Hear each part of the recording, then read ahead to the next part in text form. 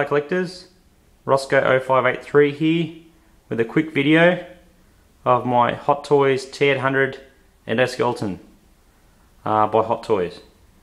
This is the battle damage version which was offered, not the original. There's three different box types for this figure. There's the original clean version from Terminator 1, then there's the clean version from Terminator 2, and then there's the limited of 500 pieces battle damage version, which is this one. Now, the reason why I decided to go with this, besides the display base, which depicts the original scene, or the beginning scene of the second movie, just the colour of this one looked more chrome, more metallic. You could say, even though with all the battle damage, the gunshots, the dark parts on the like the piston rods and stuff like that, they still look more like the chrome version in the movie. And even when you look at the original Terminator from Terminator 1, where he's going into Cyberdyne, it looks similar to that colour as well, which I find to be more movie accurate.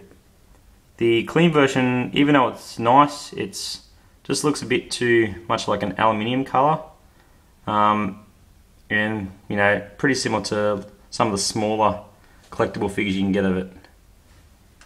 So that's why I decided to you know, buy this version instead of the original.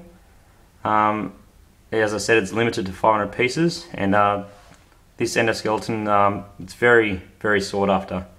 So no matter, you know, if the Terminator movies come out, or it's, you know, not going to be out for a while, or people forget, these are always being bid on when they're on eBay. So it's standing the test of time, this figure, in regards to value. It's so very detailed, even the arms, so movie accurate, all the way to the fingers. All of them move individually, side to side, up and down. Very, very high detail and close to the movie. I have to say they are very fragile, so you've got to be careful and move them very slowly. The last thing you want is to break a finger on this thing. Of course, there's no easy fix. The arms here move backwards and forwards. I'm not going to move too much.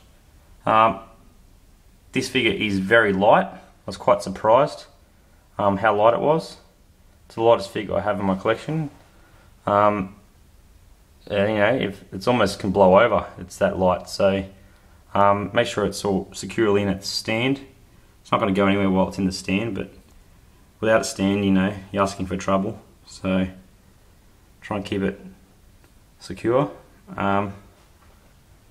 Detail inside, it's absolutely amazing. As I said before, it's an oldie, but it's, you know, something that everyone wants, you know. With the fingers for his gun, that took me quite a while to maneuver those to make it look like he's holding the gun. To start off, I didn't think I could do it, and just gradually working at it bit by bit, managed to bend them in the right way to be able to hold the gun, just like he is in the opening scene of the second movie. That's with the plasma rifle. It comes with the futuristic sort of minigun, and it comes with the laser scope gun he has in the original movie. I don't know why they did that, but it's still a cool accessory to have.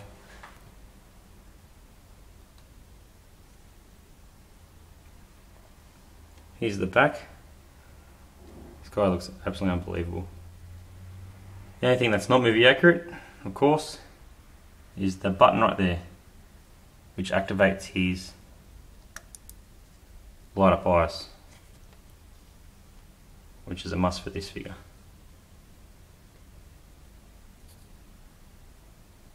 The jaw moves up and down. Nearly everything opens and shuts or moves on this figure. You just got to take your time and just the engineering, how they've actually been able to put this together and make everything move. Hot Toys has done an amazing job. You know, and this is an early design too for their company, so it's really good how they've done this. Must have spent a long time designing this. Now, being such a light figure, I didn't realise how light it would be. The box when I got it was actually really small. It doesn't looks like a typical Hot Toys box when you're looking at it to purchase, but it is very, very narrow. It's probably 2/3 the width of a normal Hot Toys box, so it's very, very small. But the figure is actually quite to scale in regards to the other T-800s, like the T1 and the T2 figures. It's slightly smaller by a few millimeters. Obviously, he hasn't got the boots on, and extra skin and clothes and stuff like that, so it makes him look just a little touch smaller.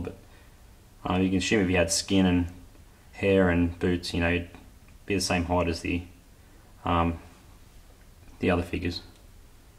And that's the inner box which he comes in. Yeah, so just thought I'd show you one of my favourites in my collection. Bit more close up and a bit more detail. So yeah, if you're deciding between this version and the original, I'd say go this one. Just even though it's battle damaged, you don't really notice the battle damage too much, and just the colour looks more like the original and the second movie than I think the non-battle damage is. Yeah, so, and plus the skull base sets it off as well.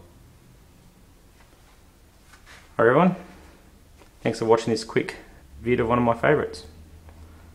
Bye for now.